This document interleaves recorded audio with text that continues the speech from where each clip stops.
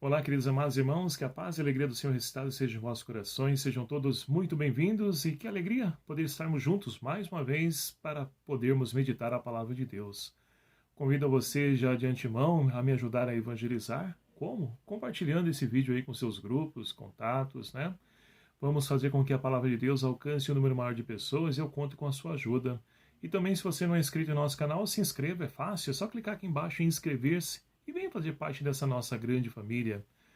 Hoje, nessa quarta-feira, estamos vivenciando aí a sexta semana da Páscoa, nesse dia 20 de maio de 2020. Somos então convidados a meditar o Evangelho de São João, capítulo 16, versículos de 12 a 15, que vai nos narrar o seguinte: Naquele tempo, disse Jesus a seus discípulos: Tenho ainda muitas coisas a dizer-vos, mas não sois capazes de compreender agora. Quando ele vier, o Espírito da Verdade vos guiará em toda a verdade.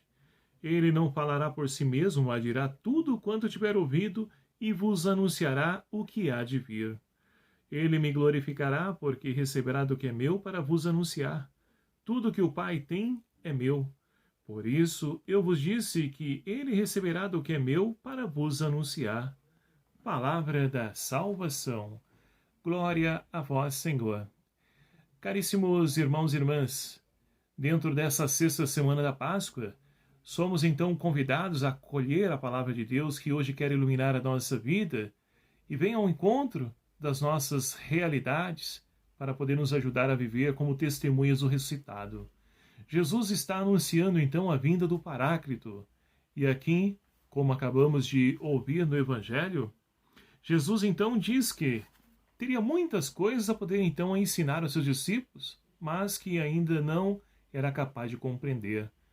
Não porque os discípulos, e também nós hoje, não temos capacidade de compreender, mas é que sem o Espírito Santo nós não conseguiremos compreender. Aí está a diferença.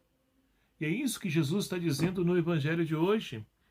Ele então vai dizer que o Espírito falará daquilo que viu, que ouviu, que presenciou, daquilo que é do Pai e do Filho, e vos anunciará.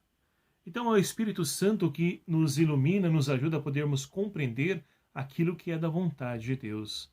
Porque nem sempre foi fácil para Jesus poder então transmitir aos discípulos, devido às suas dificuldades, suas limitações.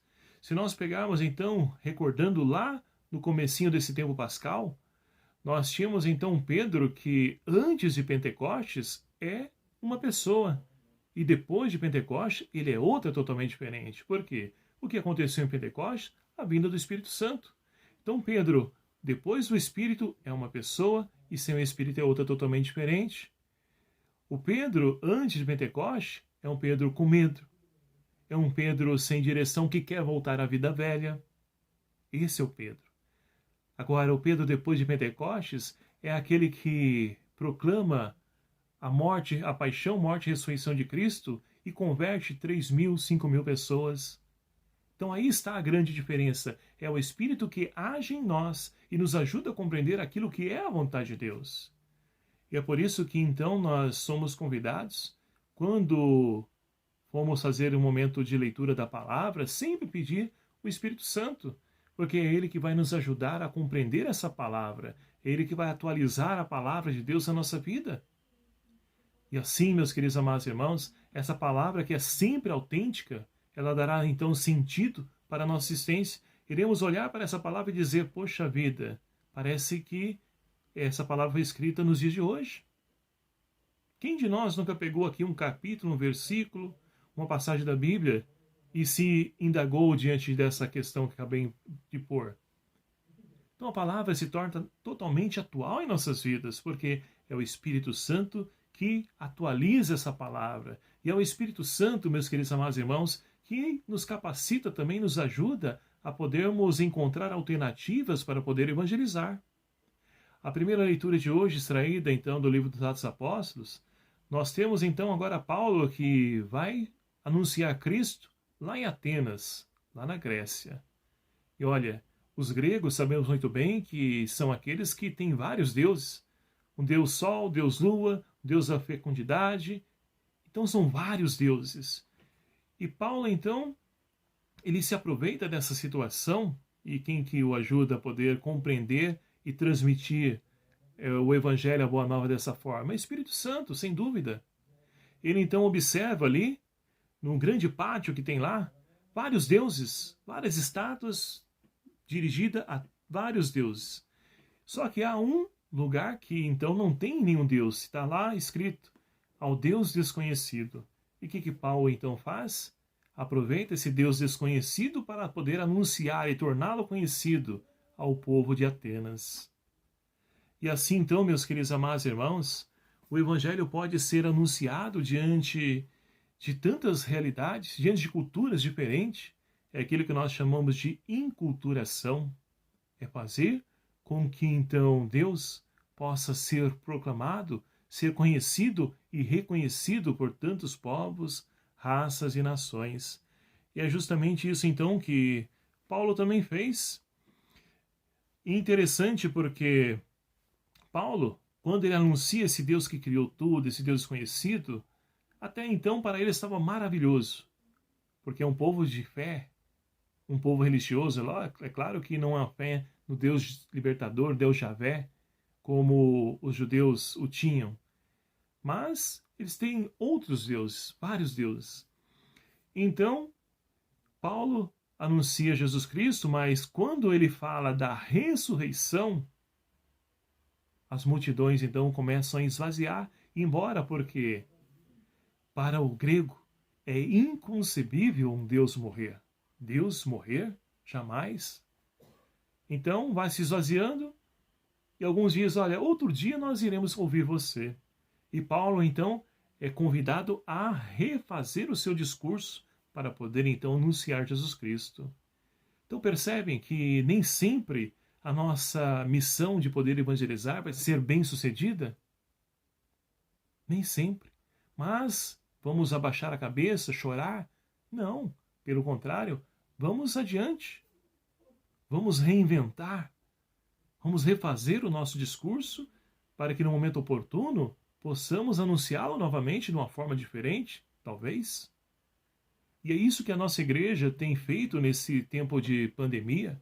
Imagine até onde a gente ia imaginar participar da missa via Facebook, via YouTube. Não.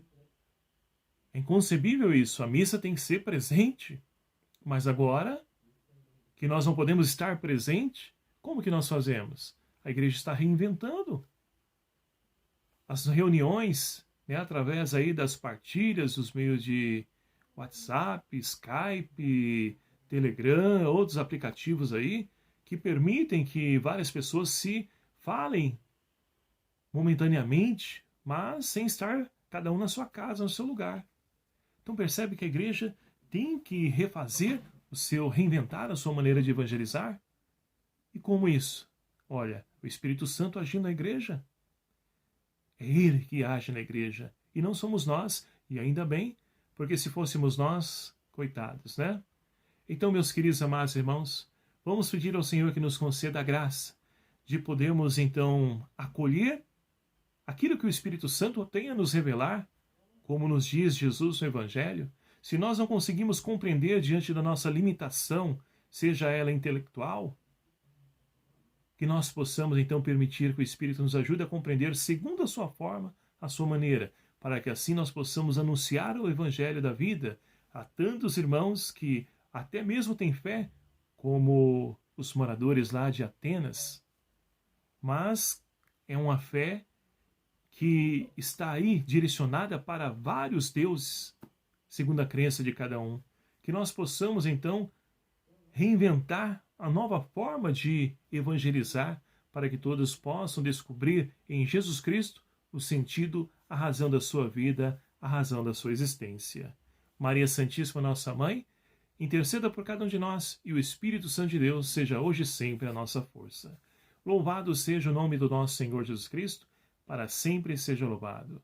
Muito obrigado a você, meu querido amado irmão, que nos acompanhou até aqui, e vamos pedir a bênção de Deus sobre cada um de nós. O Senhor esteja convosco, Ele está no meio de nós. Por intercessão de São Paulo Apóstolo, abençoe-vos o Deus Todo-Poderoso, Pai, Filho e o Espírito Santo. Amém. Um abraço fraterno a cada um de vocês. Até o próximo vídeo, se assim nos permitir. Espero por você.